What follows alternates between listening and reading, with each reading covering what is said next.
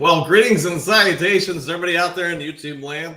I'm your host once again, Dan Thornton, and I'm sure everybody is thankful that game came to an end. Here we are, post-game show, Lions versus Baltimore, and I'm just going to say this.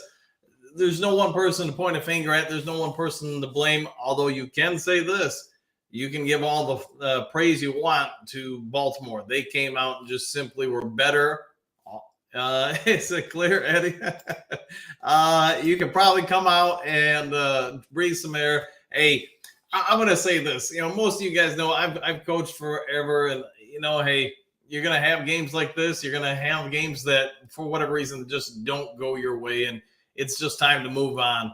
What I will say is this is a great learning opportunity. Yes, Kevin, that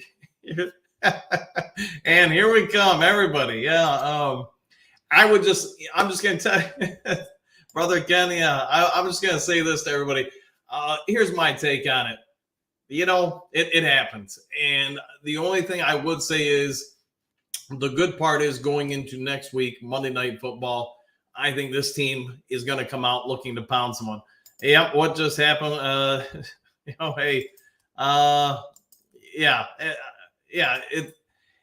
I'm going to say this. Think about the 49ers last week. You lost to a third-string quarterback, and, hey, things happen. It's the NFL. This is why Vegas makes the money they do. I'm just going to keep highlighting the comments here.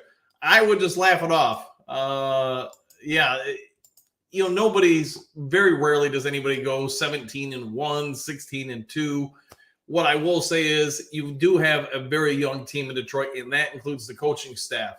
The one thing I would say, and this is just me talking as myself as a coach, not as a YouTuber or anything, the one thing I would say to all of you is my philosophy with coaching. It doesn't have to be Dan Campbell's or Ben Johnson or anybody's, but one thing I would give Baltimore a ton of credit for, who is the more aggressive on both sides of the ball, the more assertive.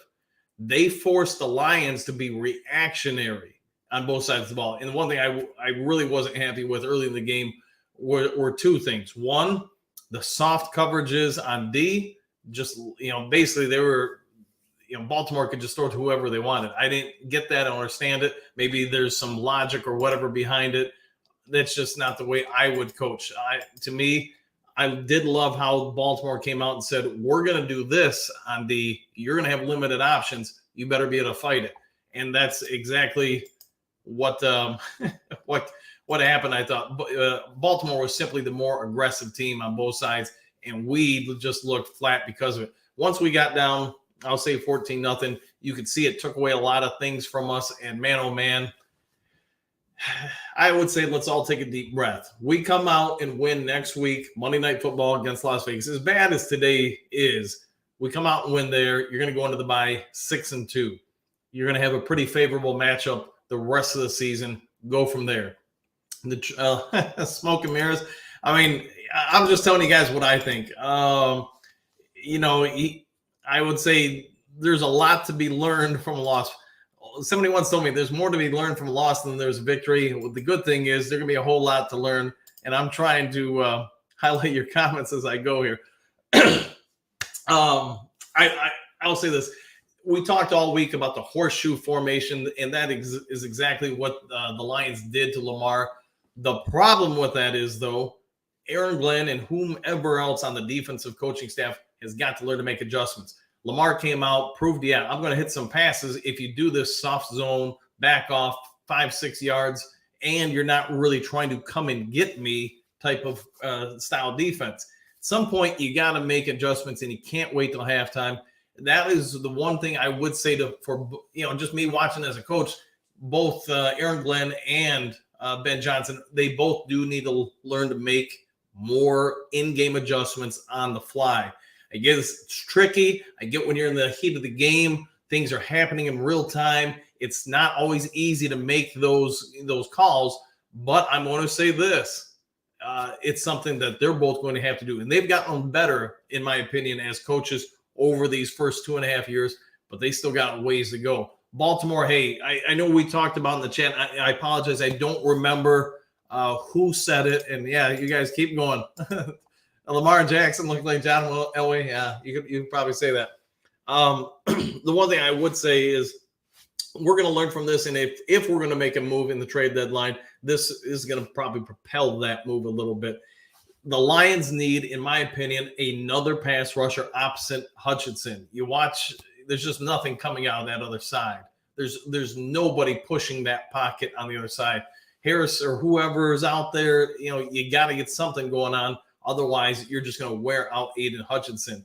As far as the secondary, hey, you give somebody 10 seconds, I'm going to think you or me or a lot of people are going to hit open receivers. So, yes, give Lamar Jackson a lot of credit.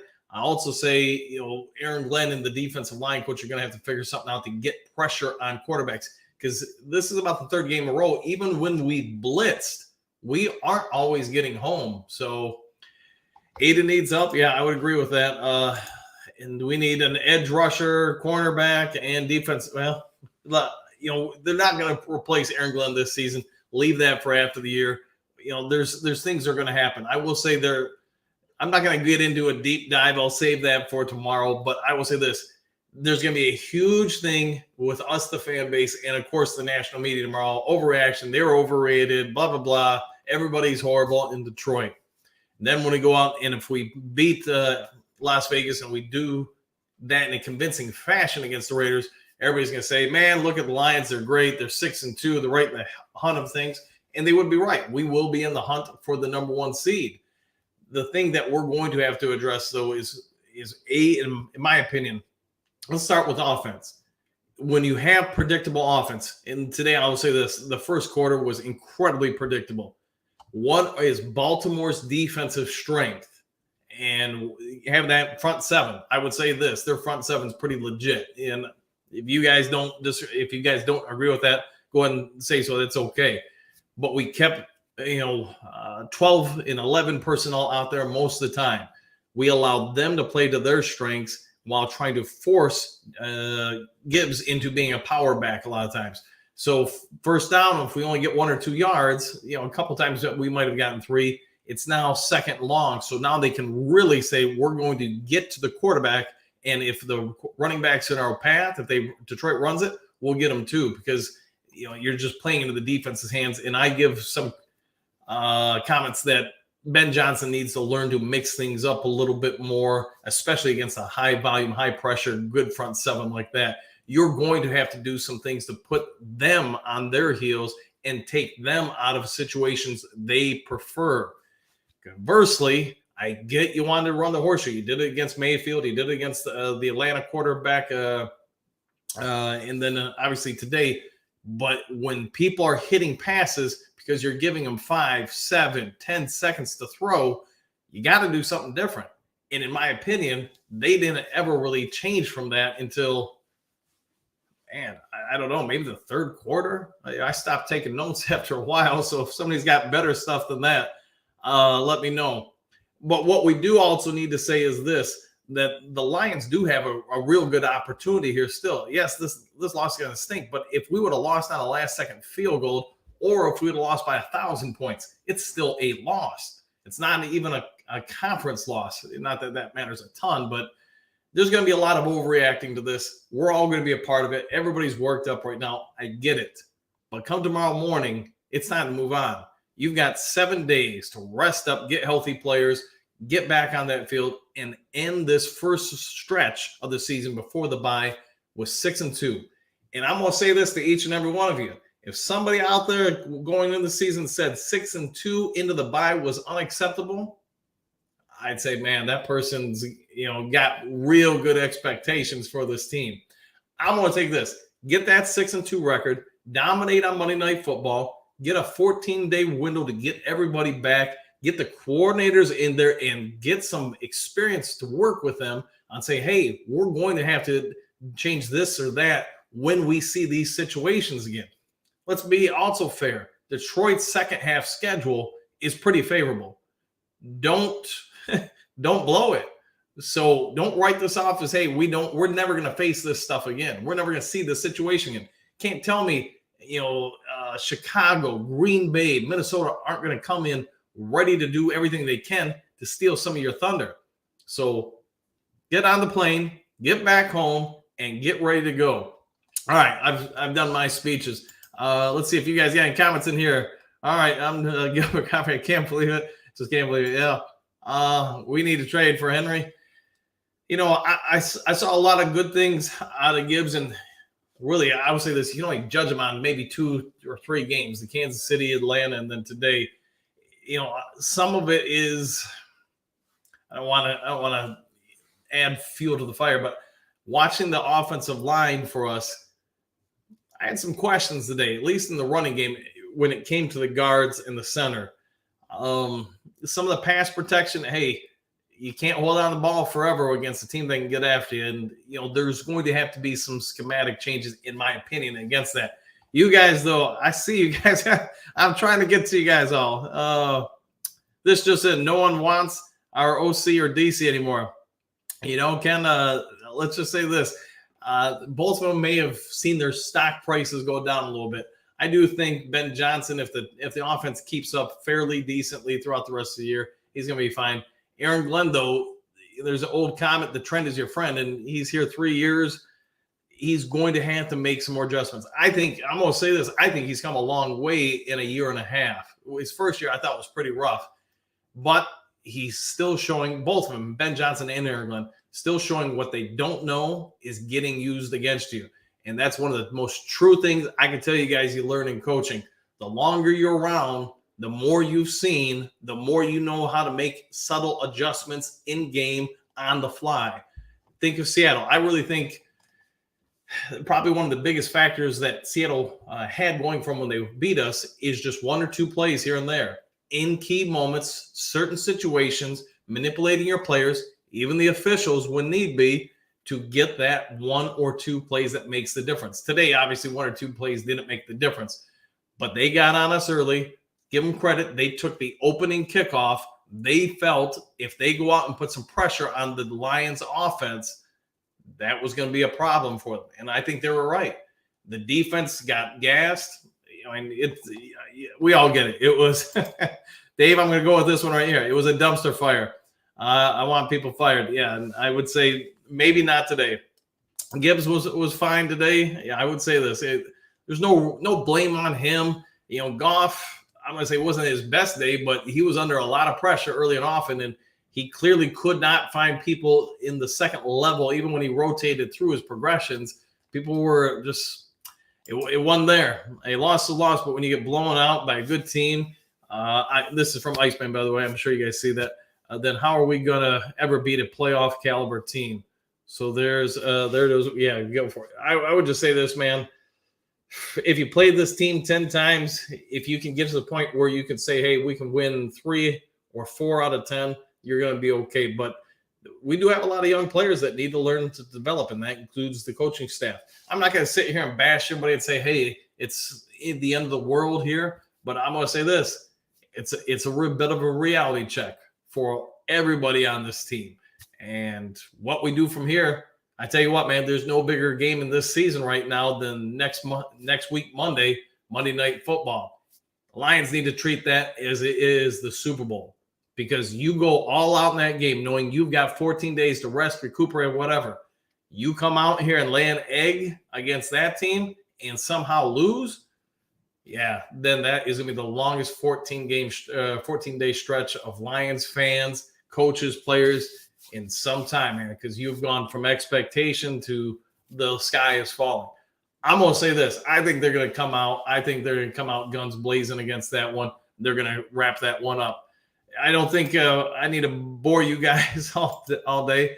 Gibbs looks like a healthy Reggie Bush to me. Happy for him. Yeah, and they're going to have to learn how to use him a little bit different. We only had Jackson once. Yeah. I mean, here's what I'll say to that, brother Ken. Like I was saying earlier, I get you go with the cone formation, funnel formation, or whatever. You're trying to ask defensive linemen not to get to the quarterback, but simply crunch the pocket around them. But after a drive or two, you're the coach. You got to make adjustments. It's not working. You can't be so stubborn. And that's the one thing I would say some of our coaches are watching them. I'd rather say they're too stubborn than too stupid, but I would say this: they're too stubborn to make the adjustments.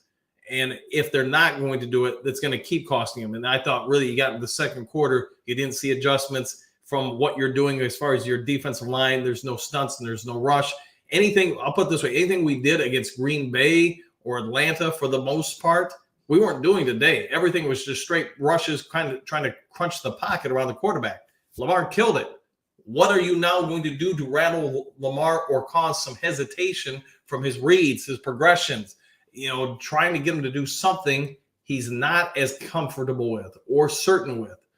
We didn't see that. And to me, I'll say this, that's, in my opinion, that's coaching. All right. I'm not going to keep you guys all day. I get everybody's frustrated. I get everybody wants to, see the world burn or whatever. But, hey, I would say this, man. Time to move on. Say what you got to. Get, one of the good things about forums like this, everybody gets to voice some of their frustration. But get it out of your system today. Tomorrow, it's got to be the fans. It's got to be the coaches. It's got to be the players, the front office. Everybody's got to turn their focus towards Las Vegas. Nothing we can do about today at this point. You got to move off. And if I was in coach mode and not on a mic, I would give you some of my speeches that I'd be saying to players right now after a big, tough loss. And I'm going to just say this. Anybody who shows up tomorrow's practice, you ain't ready to go. I got to watch what I say. But, hey, then, you probably can't be on the field with us then. So forget about it. It's over. Revisit it and highlights or whatever. But come tomorrow morning, Lions Talk Live, I'm not talking about this, Jess. I'm talking about the next game and moving forward, and hopefully that's what the coaches and players are doing. All right, I bored you guys long enough. Hopefully everybody had a glorious day. Wayne Font staff could not make in-game adjustments like that. Yeah, the one person on Font's staff, I'll just say this: Tom Moore. I thought he was a legit offensive coordinator.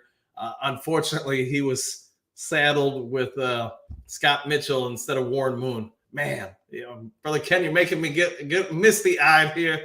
I wanted to punch a wall when I found out they picked up Scott Mitchell instead of going after free agent Warren Moon. But it is what it is. All right, so anyway, the sky's falling, but come midnight tonight, the sky is coming back up, and all of us as Lions fans need to get focused on Las Vegas. If you're looking for somebody that is going to bore you down and make you more depressed, I ain't that guy. I can't do that. So, all right. I'll see you all tomorrow on the next Lions Talk Live. Everybody have a good one. And wait, Miles Davis for President Hex. Yes, I love that dude. See you guys all later. See you tomorrow. See you tomorrow morning.